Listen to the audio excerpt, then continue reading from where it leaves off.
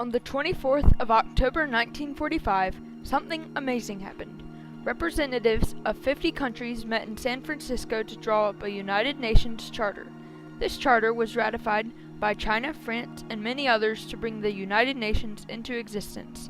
The United Nations is an international organization that serves the same purpose as and replaced the League of Nations. It was formed after World War II to prevent anything like that from happening again. What is the United Nations? The United Nations is an organization that was designed to maintain international peace and security. Before the United Nations, there was an organization called the League of Nations. There were 58 nations in this organization. It got shut down because World War II started in its presence. Out of World War II came a need for a worldwide forum where nations could peacefully communicate. So on the 24th of October, a compromise named the United Nations was formed. President Roosevelt was a huge driving force of the United Nations. The term United Nations was used by Roosevelt to describe the alliance fighting the Axis powers during the conflict of World War II. There were 51 nations at the beginning, and now there are 193 members. According to the Charter, the United Nations serves 4 main purposes under 6 organs. These purposes include to maintain international peace and security, to develop friendly relations among nations, to cooperate in solving international problems and in promoting respect for human rights, and to be a centre for harmonizing the actions of nations. There are 6 main bodies of the United Nations. The first one I will be discussing is the General Assembly. Another name for the General Assembly is the base of the United Nations. What is the General Assembly exactly? It is the main policy-making organ of the United Nations. If you ever hear a country saying something crazy, then it has most likely come from the General Assembly. The General Assembly can make decisions on important questions, admit new members, and deal with budgetary matters.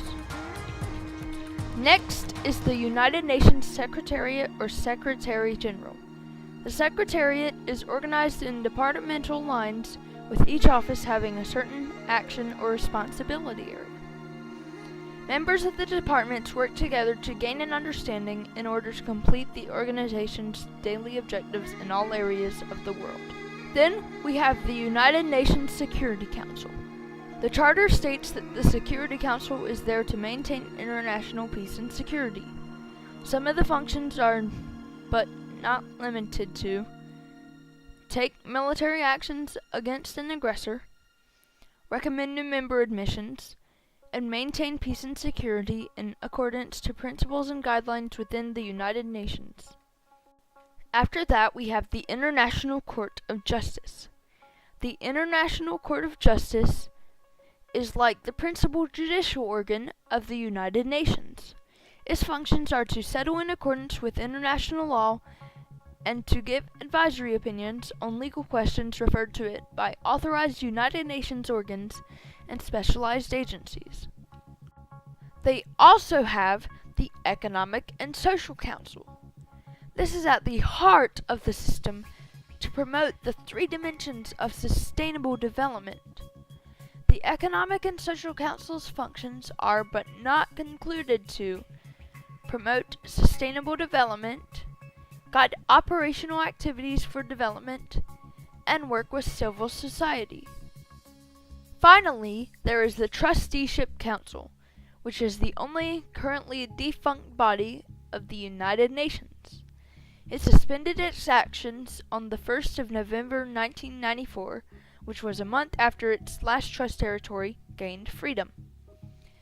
The Trusteeship Council was for examining and discussing reports from the administrating authority on the political, economic, social, and educational advancement of the people of the trust territories. I believe that the United Nations is truly succeeding in the job that they do. We haven't had a huge conflict since the compromise was formed. Having no huge conflict allows for us to experience relationships with other countries.